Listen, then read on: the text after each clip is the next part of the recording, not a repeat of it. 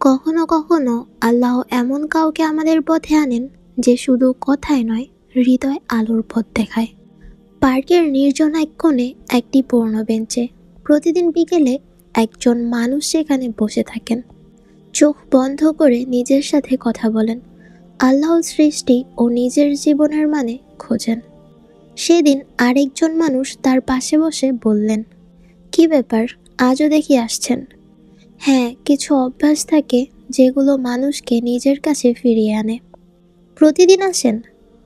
জি, এখানে বসলে মনটা শান্ত হয়, নিঃশব্দতায় আল্লাহকে বেশি মনে পড়ে। পার্কের অন্য বেঞ্চগুলোতে মানুষে ভর্তি, কিন্তু তিনি নির্জনটাকে বেছে নিয়েছেন। ভিড় ভালো লাগে নাকি?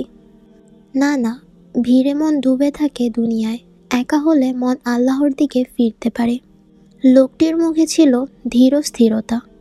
আরও জিজ্ঞেস করা হলো, সবসময় এত গম্ভীর থাকেন কেন? সব হাসি মুখে ধরা যায় না, আর সব কষ্ট অশ্রু দিয়ে প্রকাশ করতে হয় না। মানুষের হৃদয়ে এমন অনেক আলো অন্ধকার আছে যেগুলো বিচার আল্লাহ ছাড়া কেউ করতে পারে না। কথাগুলো গভীর, মনে হয় যেন কোনো কবিতা। আপনি কি কবিতা লিখেন? আগে লিখতাম, এখন লিখি না। এখন চেষ্টা করি জীবনের কবিতাটা ঠিক করতে, যেন আল্লাহর সন্তুষ্টির পথে থাকতে পারি। কিছুক্ষণ পর কফি খেতে খেতে দুজন হাঁটতে লাগলেন। আপনার বেশ ধৈর্য আছে তো। না, আপনার কথাগুলো আসলে ভাবতে শেখায়। লোকটি হালকা হেসে বললেন, জানেন, দুনিয়ার ভালো লাগা জিনিসগুলো সবসময় থাকে না।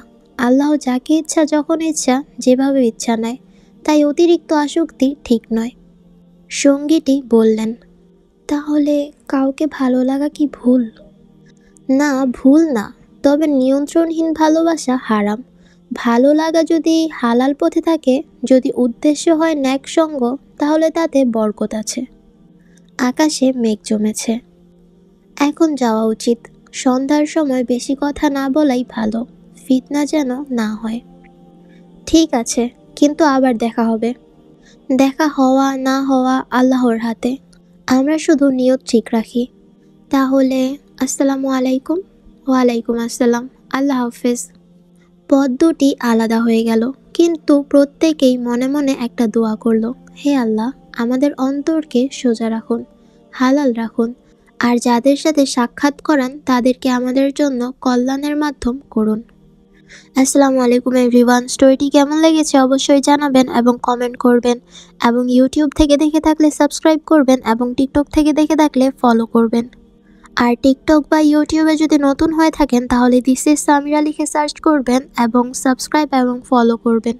নেক্সট স্টোরি আসছে খুব তাড়াতাড়ি। আল্লাহ হাফেজ।